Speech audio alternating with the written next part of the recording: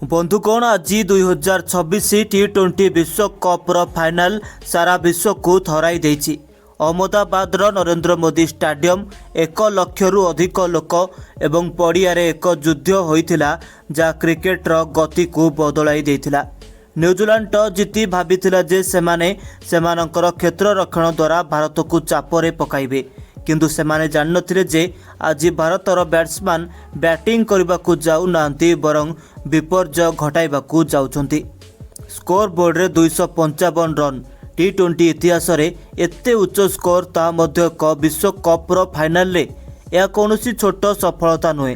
New Zealand आत्मसमर्पण कला एवं भारत लगातार द्वितीय थर पर T20 विश्वकप ट्रॉफी उठाई सारा विश्व रे सेमानंकर उपस्थिति को अनुभव कराइला। किंतु बंधुगण ए विजय अपेक्षा अधिक आलोचना हेउची पाकिस्तान सीमा पार रु आसुथिबा बयान विषय।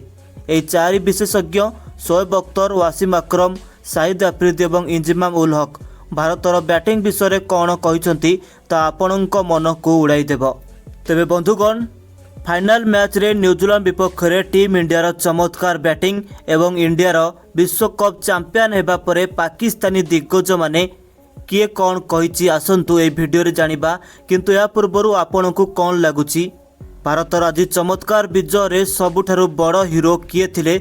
आपनक राय गोटे गोटे कमेंट करंतु एवं भारतर ए चमत्कार सफलता रे वीडियो को गोटे लाइक करने को भूलंतु नहीं। प्रथमे जदि ए मैच विषय कथा हबा तेबे दर्शक बंधु आज अहमदाबाद रे भारत एवं न्यूजीलैंड मध्य रे T20 world cup 2026 final match खेला जाइथिला, जोंथरे न्यूजीलैंड प्रथमे टॉस जीति फील्डिंग नैथिला, किंतु भारत बैटिंग करबा आसिया परे भारत विपर्जय घटाइथिला। संजू सैमसन प्रायतः समालोचनार शिकार होइथिले। आज से 46 बॉल ले 89 रन इनिंग्स खेलिथिले, जा शतक पाई मने रहिबो। 5 चौका और 8 लंबा छक्का तांको अभिषेक शर्मा समर्थन करथिले, जे कि मात्र 21 बॉल ले 52 रन करथिले। विश्वकप रे संपूर्ण भाव में फ्लॉप रहिथिबा अभिषेक शर्मा आज फाइनाल भली एक बड़ मंच रे निजर प्रदर्शन देखाइथिले। उभय न्यूजीलैंड विश्वस्तरीय बोलिंग आक्रमण मिचेल सांतनर एवं मैट हेनरी को नष्ट कर देथिले। सूर्य कुमार यादव शीघ्र आउट हो पारंती, किंतु ईशान किशन को 54 एवं शेष में शिवम दुबे को स्ट्राइक रेट 325, 8 बॉल ले 26 रन। दुबे देखाइले जे तांको काहेकि पावर हिटर कुआଯାଏ। लकी फर्गुसन एवं जेम्स निशाम को भली न्यूजीलैंड बोलर को पाखरे कौनसी उत्तर नथिला। जेतेबेले स्कोर बोर्ड रे 255 रन एक पर्वत भली रन जोड़ी होइतिला, सेतेबेले स्पष्ट होइगला जे ए ट्रॉफी आमर। या परे भारत मध्य चमत्कार बोलिंग रो प्रदर्शन करिथिला। न्यूजीलैंड पावर प्ले रे तार 2टी मूल्यवान विकेट हराइथिला एवं शेष में भारत ए मैच को विजय हासिल करिथिला। ए फाइनाल मैच को जीतिबा सहित भारत लगातार द्वितीय थर पई T20 वर्ल्ड कप रो चैंपियन हेबा सहित भारत समुदाय 3 थर T20 वर्ल्ड कप रो चैंपियन होइछि। ते बंधुगण भारतर ए दमदार विजय परे सीमा आरेपार रु पाकिस्तानी दिग्गज माने किछि कहिसंती, आसंतु से विषय नजर पकाइबा। बंधुगण प्रथमे रावलपिंडी एक्सप्रेस शोएब अख्तर शोएब तांकर यूट्यूब चैनल ले क्रोधित एवं आश्चर्य होई कहले, हे भाई मु कौन देखिली, या क्रिकेट ना न्यूजीलैंड बोलर कर हत्या। संजू सैमसन तुमे तांको बोका बनैछ। संजू को बैटिंग देखिबाकू लागुथिला जे से अन्य ग्रह रु आछंती। शोएब आगो कहले, मु सबुबेले कहे जे भारतर प्रतिभार अभाव नाही, किंतु सेमाने आज जेपरी दिल राना क्रिकेट खेलिचंती ता आश्चर्यजनक थिला। 255 रन पाकिस्तान को एते स्कोर करबा पई 2टी जीवन आवश्यक हबो, कारण भारत बैटिंग स्तर को एते उच्च करिछि जे अन्य दल गुड़िक एबे भयभीत हेबे। बहुत भल भारत, तुमे ठीक भाव में विश्वकप जीतिछ। यापर बंधुगण वासिम आक्रम एवं शाहिद आफ्रिदी आधुनिक दिनर किंग्स स्विंगर से सुल्तान वासिम आक्रम यह क्रीड़ा शो रे कहिथिले, लोके कहते जे 180 190 T20 रे सुरक्षित, किंतु भारत देखाइला जे जदि तुमर उद्देश्य थाए तेबे तुमे 250 मध्य करि परिबो। संजू एवं अभिषेक प्रथम 6 ओवर रे न्यूजीलैंड बोलर को लाइन एवं लेंथ को नष्ट करदेले। जेतेबेले तुमे फाइनाल ले एते रन हार मानिबो, तुमर मनोबल सेइठारे हजि जाए। କଂଗ୍ରାଚୁଲେସନ୍ ଟିମ୍ ଇଣ୍ଡିଆ, ତୁମେ ମାନେ ସତରେ ମହାନ। ଏହାପରେ ବନ୍ଧୁଗଣ ସାହିଦ ଲାଲା ଆଫ୍ରିଦି ଟ୍ୱିଟରରେ ନିଆଁ ଲଗାଇ ଦେଇଥିଲେ। ସେ କହିଥିଲେ ଏହା ମଜାଦାର ଥିଲା। ଅଭିଷେକ ଶର୍ମାଙ୍କ ବ୍ୟାଟିଂ ପୁରୁଣା ସ୍ମୃତିକୁ ଫେରାଇ ଆଣିଥିଲା। ସମାନ ନିର୍ଭୀକ ଶୈଳୀ, ସମାନ ଲମ୍ବା ସଟ୍। ଭାରତର ସବୁଠାରୁ ବଡ଼ ସମ୍ପତ୍ତି ହେଉଛି ସେମାନଙ୍କର ସତେଜ ରକ୍ତ, ଯାହା କାହାକୁ ଭୟ କରେ ନାହିଁ। ଫାଇନାଲରେ 255 ରନ୍ କରିବା ଅବିଶ୍ୱସନୀୟ। ଟିମ୍ ଇଣ୍ଡିଆକୁ ଅଭିନନ୍ଦନ, ତୁମେମାନେ ପ୍ରକୃତରେ ଚାମ୍ପିୟନ। ଏହାପରେ ବନ୍ଧୁଗଣ ଇଞ୍ଜିମାମ ଉଲ୍ ହକ୍ ଶେଷରେ କିଛି ଗଭୀର କଥା କହିଥିଲେ।